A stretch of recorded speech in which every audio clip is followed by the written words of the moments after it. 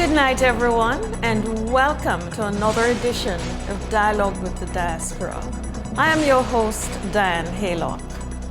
As we come to the end of International Women's Month, we thought we would catch up with two 1984 graduates from St. Catherine's Academy who have gone on to pursue their passions and make their mark.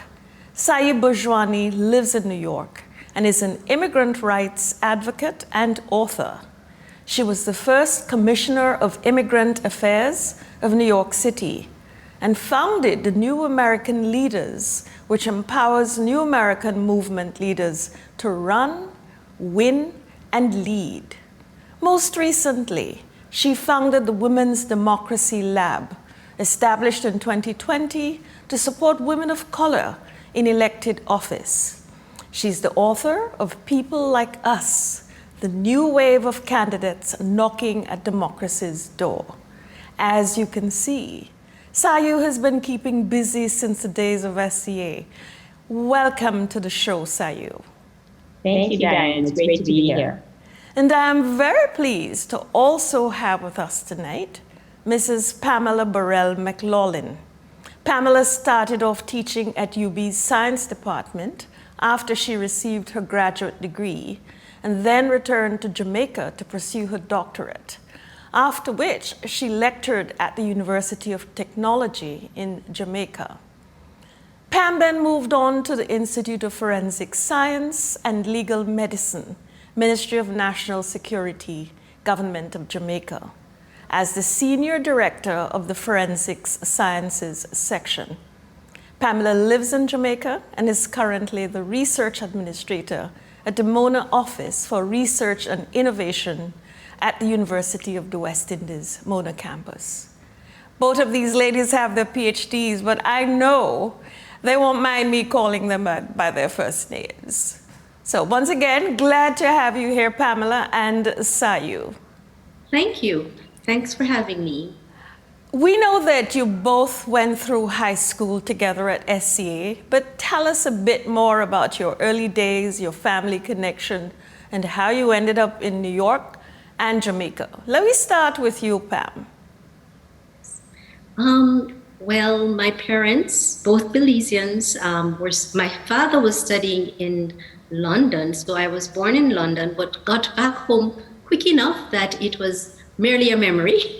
And so I grew up in Belize. I went to primary school, had a wonderful time at the primary school level, and moved on to St. Catherine Academy, where I believe between my primary and my high school education, my foundation of who I am and who I was to become was firmly established.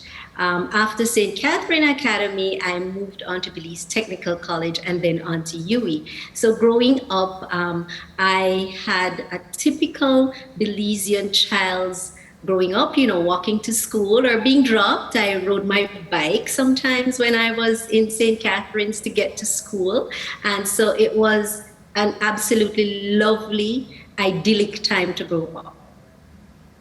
Right, and I remember very well your mom, Mrs. Joan Burrell, perhaps one of the most iconic daycare center owners, huh?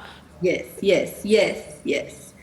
That was in her later years. So when I came home from university, it was my greatest joy to interact with all these cute little babies. It was the most amazing thing to see her share the love that she had for us growing up with this new generation of children. It was just amazing to see.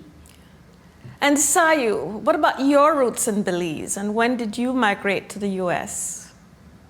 Well, I started my life in Belize, my life outside of Belize, just as Pam did. I was born in India.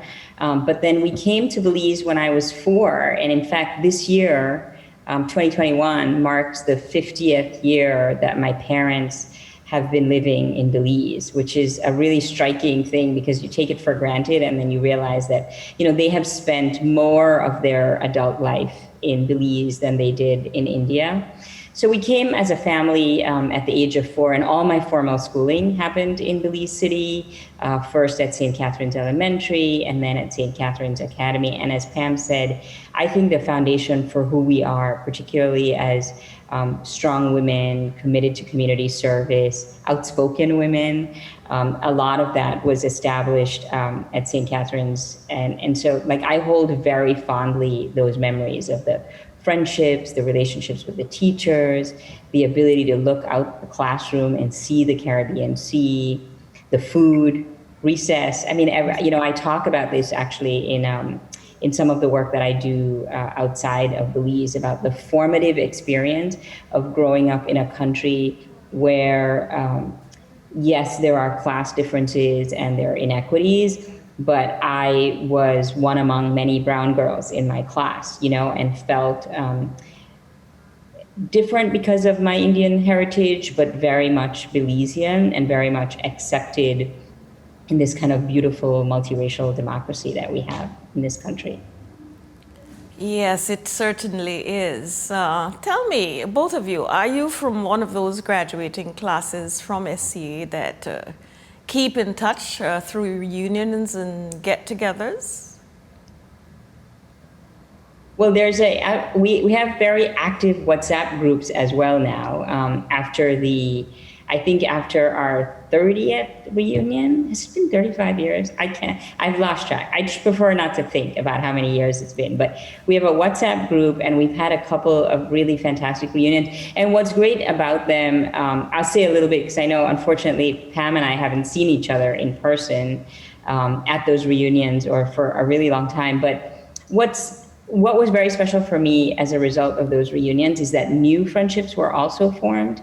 We had the 3 graduating classes in 1984, but when we came together for the first reunion, I think there were additional relationships and bonds that were created. And it just speaks to the atmosphere, I think, then the values that we were raised with, if you will, in our high school years.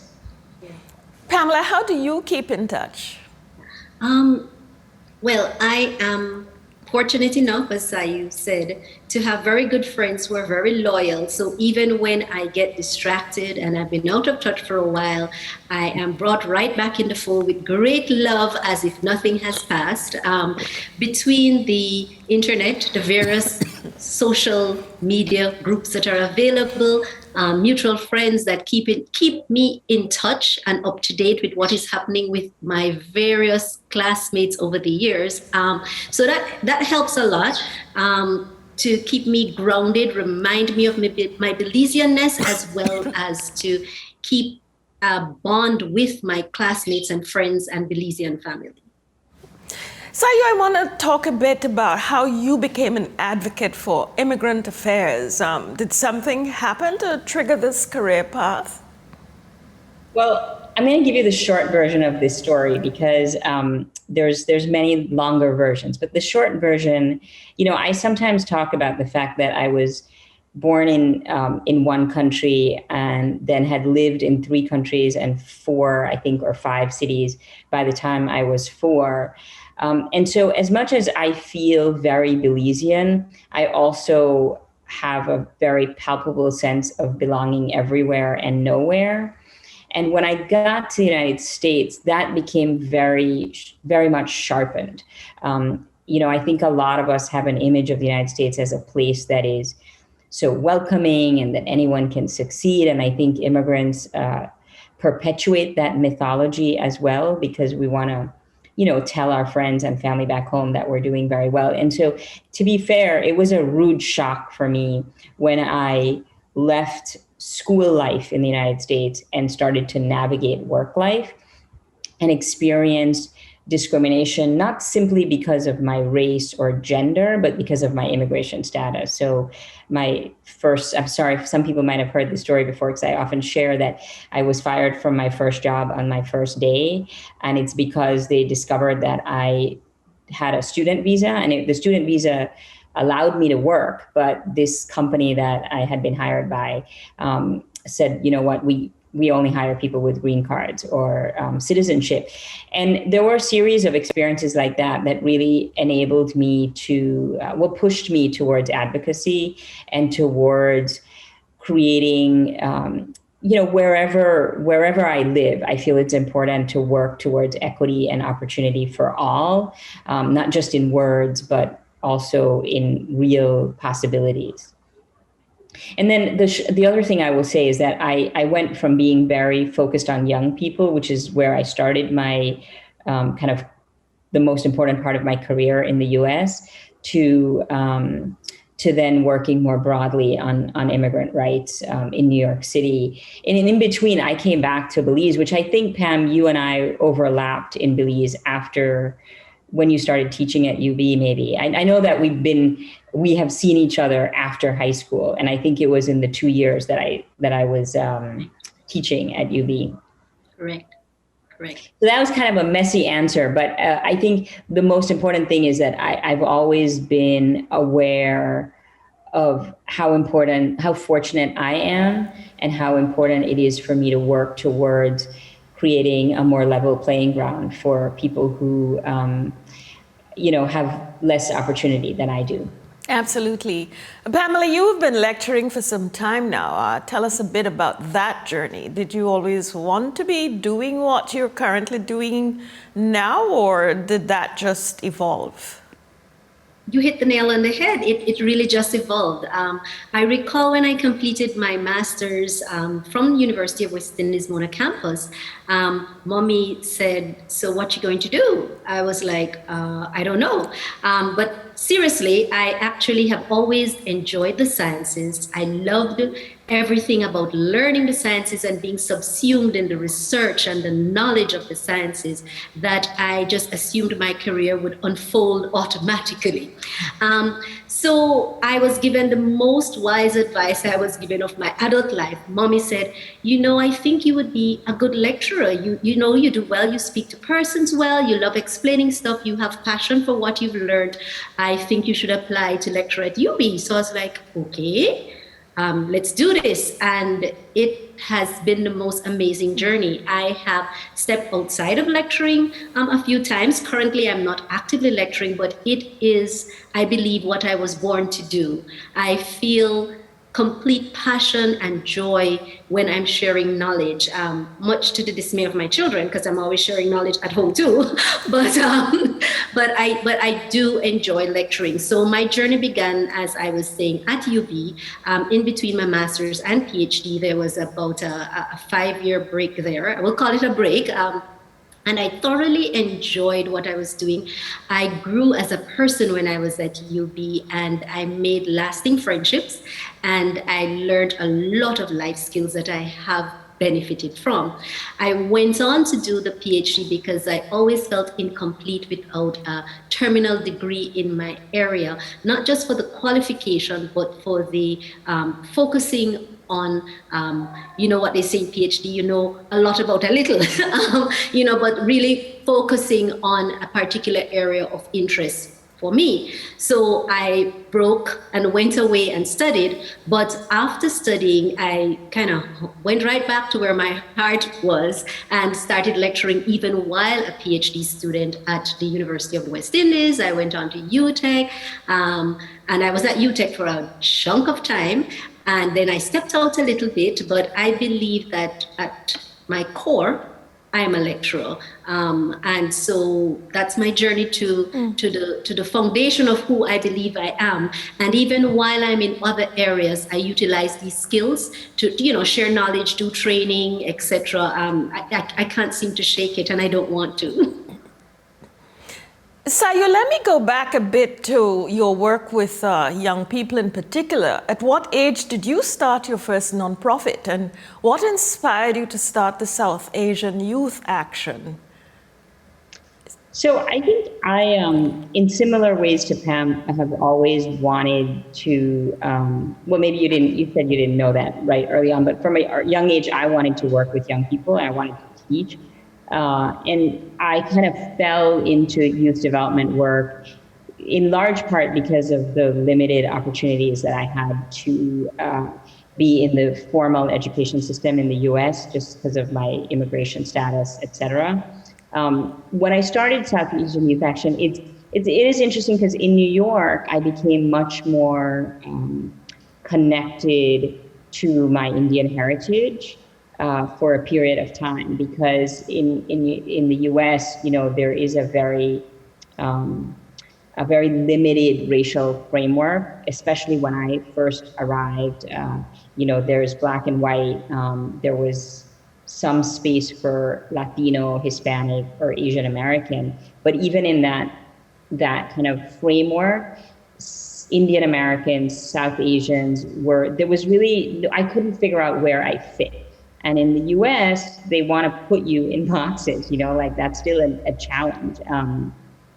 So I started South Asian Youth Action in my late 20s because I started to meet young people who, like me, had parents who, now this is 30 plus years ago. So, my parents, although they have been in the United States, in Belize for 50 years now, initially, I think were still very much kind of half in India mentally and then in Belize physically.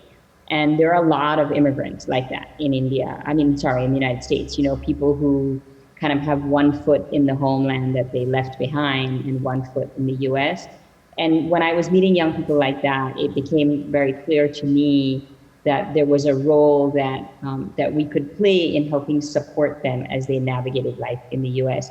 And so, for me, what I have discovered in my core is that I'm a coach and a facilitator of leaders.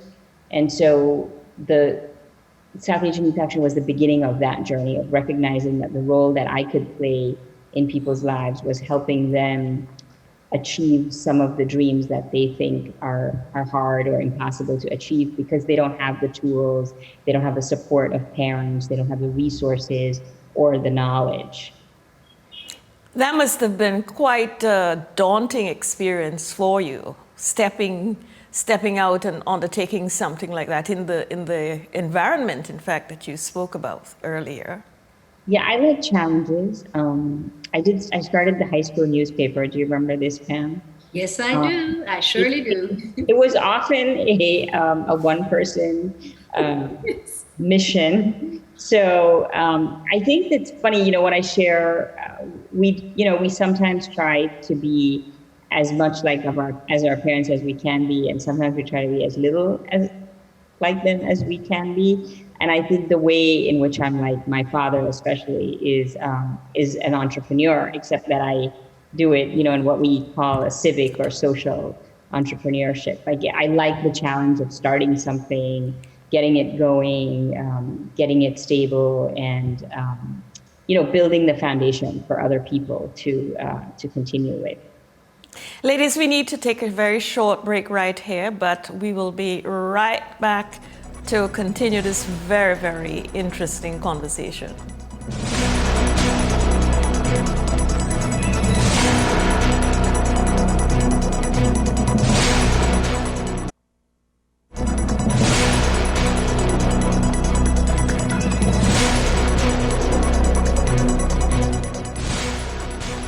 Welcome back to Dialogue with the Diaspora. Diane Haylock here with you again.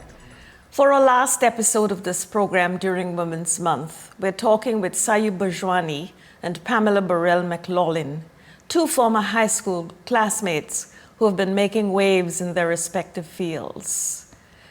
Pamela, you are the research administrator at the Mona Office for Research and Innovation at the University of the West Indies. What does that job entail? We are the Central Research Support Unit for the Mona campus.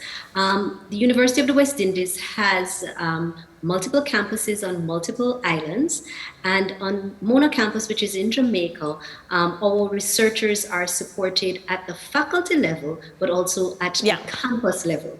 So we are the research support office. So in supporting the researchers, which are not only limited to the pure and applied sciences, but also the humanities, the arts, social sciences, etc., we provide support for the entire process of the research cycle. So pre-award, the award, and post-award. So we assist with areas such as sharing information about grant opportunities, assisting with the preparation of proposals for grants, and during the process where we have successful grant proposals, we also provide the support as needed when it comes to the technical matters or any logistics that's needed. And so, in a nutshell, we are a facilitator and a supporter of research throughout the campus. By the way, are Belizeans taking advantage of that opportunity? Well, we have, I can't give you a number, but we do have quite a number of Belizean students in the various faculties. And as a part of the process of advancement of your academic career, most persons who are of the desire to advance would then take advantage. So I can't speak to a specific proposal or application or research project that is headed by or a Belizean is a part of, but we are very vibrant on the campus. Let's talk a bit about gender representation at the highest level in the tertiary education field, Pam. We are fortunate on the Mona campus that I believe some of the old norms where it is an old boys club are beginning to shift.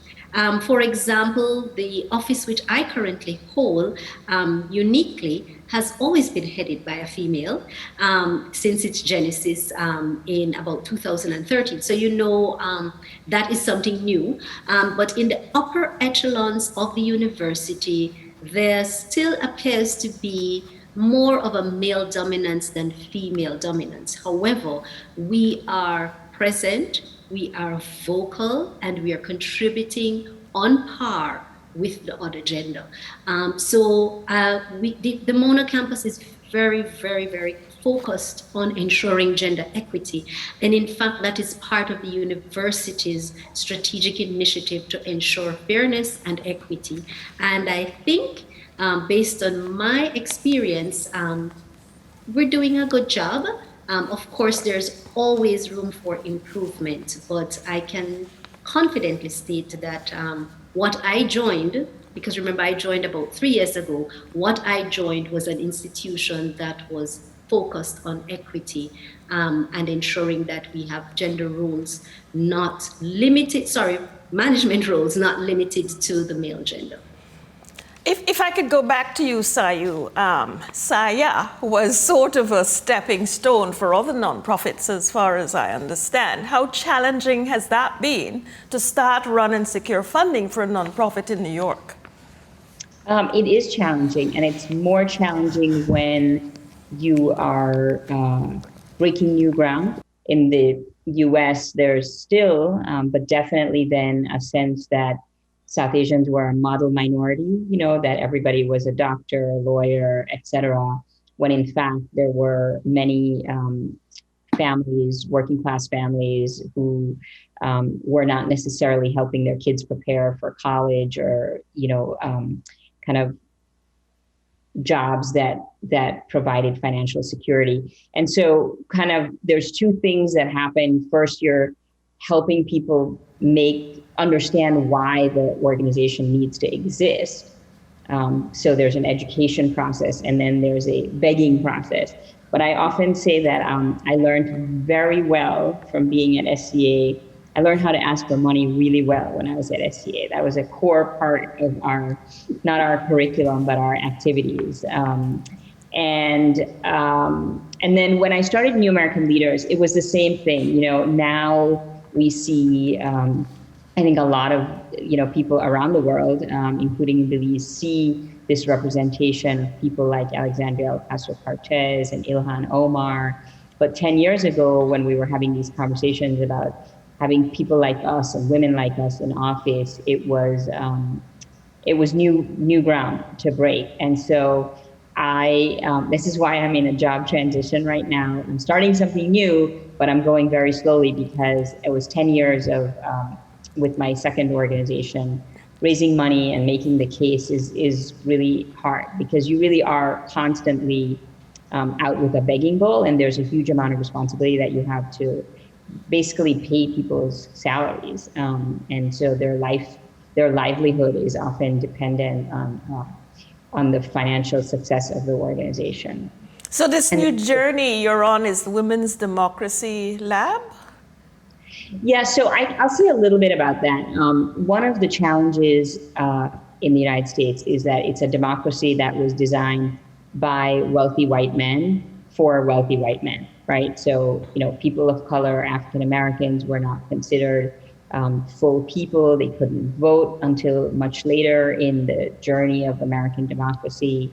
Asian Americans couldn't vote. The whole concept of American democracy was created by a bunch of old white guys who owned plantations. And so it's completely outdated the way that it worked. And what we find is that when women of color get elected into that system, the system is really hard for them to navigate. And so this new effort of mine is focused on supporting women once they're elected.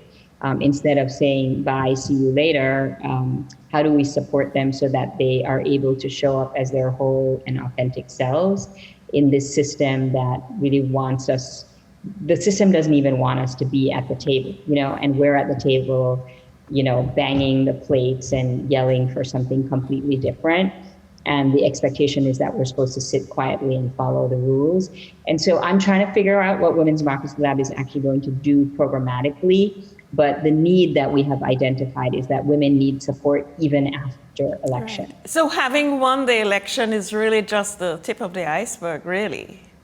Yeah, I mean, having won the election, that is really a credit to the work that people of color, Black people, Native people, Latinos, and Asian Americans did to bring out, it was our lives that were at stake, and that's why we showed up in those numbers. I mean, that's why Georgia, obviously, I don't want to get into too much detail in the politics, but the fact that Biden was able to win Georgia is, it's a real testament to people on the ground. And it really is the beginning of the work. If people are following the immigration stories, things are really not going well for people crossing the border. It's not clear what's going to happen with people who are undocumented. So there's a lot of work. And, that's what democracy is about, right? It's a year-round process. Yes, it certainly is. It's not just that minute you spend in a polling station voting. Right. It's much more than that. Perhaps you can share, both of you, some advice with women who are trying to get to the top of their organizations or trying to succeed in this ongoing traditional male-dominated world that we live in. One of the things that I have to be grateful for is my family support. I didn't even realize that some of the things that I was doing or thinking about wanting to do or be were phenomenal or earth-shattering, because mommy and daddy is like, whatever you're doing, we're behind you, keep going. They provided the tools, etc. So if you have family support, do not take it for granted. If you don't, that doesn't affect your ability to achieve.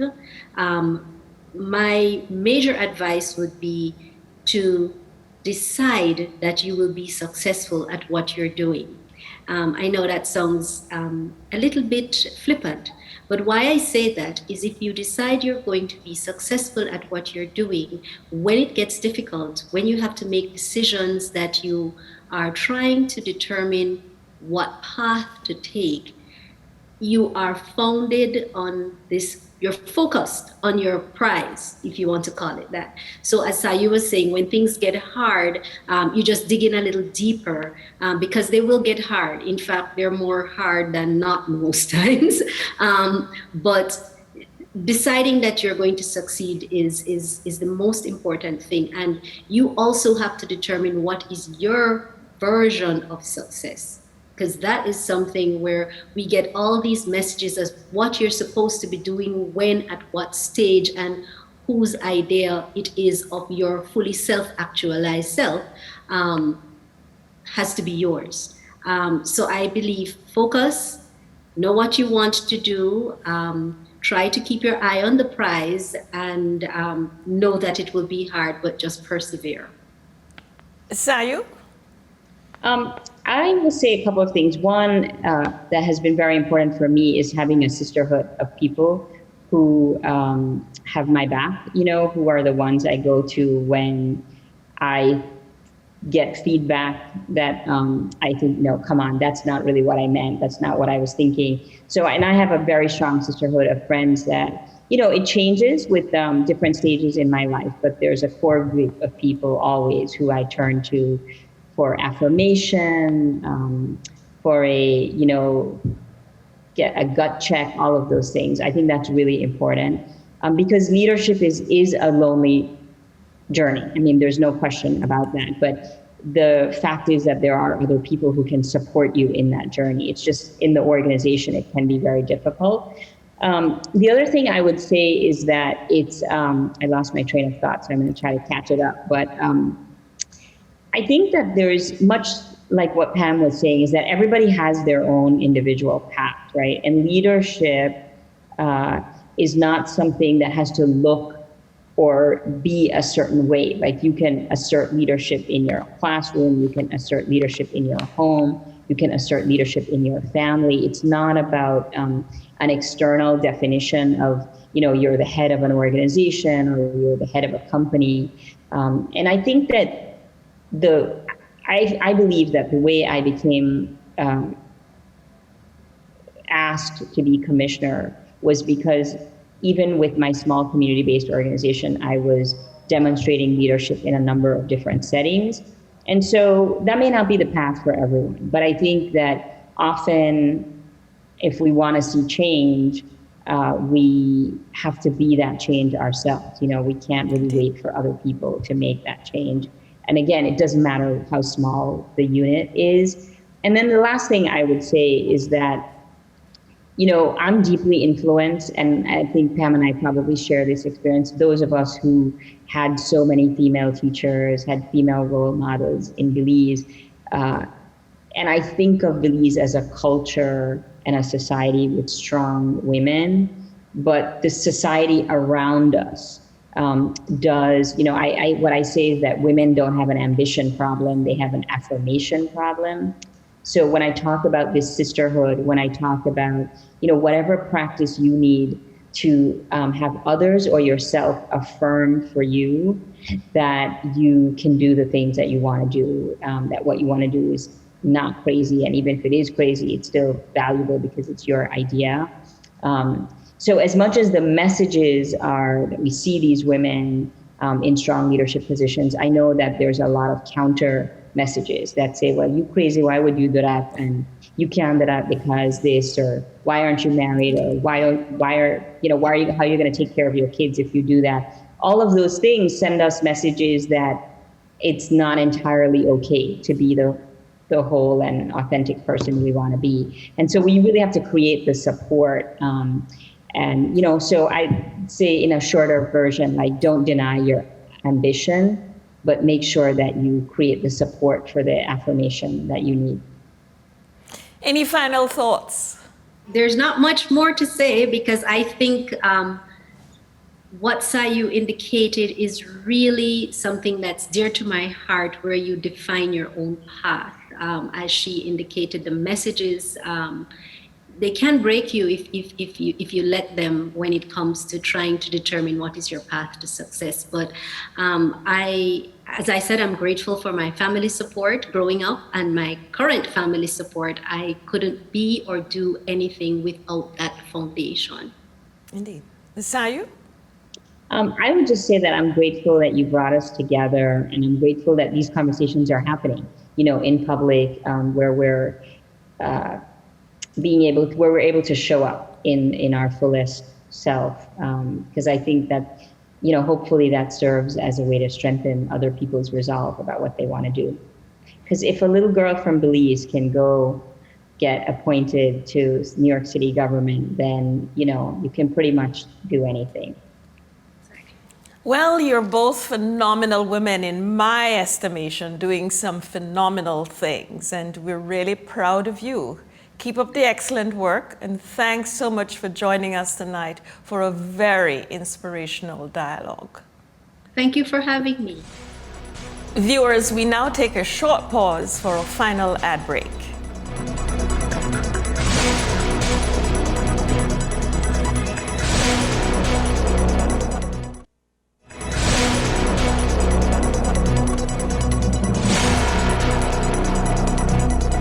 Viewers, thank you for staying tuned to Dialogue with the Diaspora.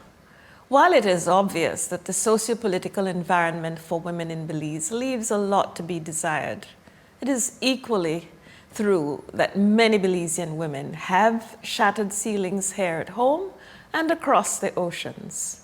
From academia and medicine to business and arts, Belizean women have achieved a lot because they're capable. We all are. Excellence, we have found, requires not only personal capacity, but enabling conditions, supportive families, educational opportunities, progressive and inclusive political leaders, and an overall spirit of I will succeed rather than I hope to succeed. Sayu and Pamela have made us proud and have along the way extended their hand out beyond and above to help other women enjoy a taste of their truest potential. As we wrap up the last of Women's Month, we celebrate them and all of our Belizean women. Keep on keeping on. And with that, though, our time is up for tonight, but we will be back again next Thursday at 7 p.m. right here on CBTV and on Facebook on Colorblind's page. Do enjoy the remainder of your night. Continue to social distance, wear your face mask, and remain vigilant. Good night, and take good care.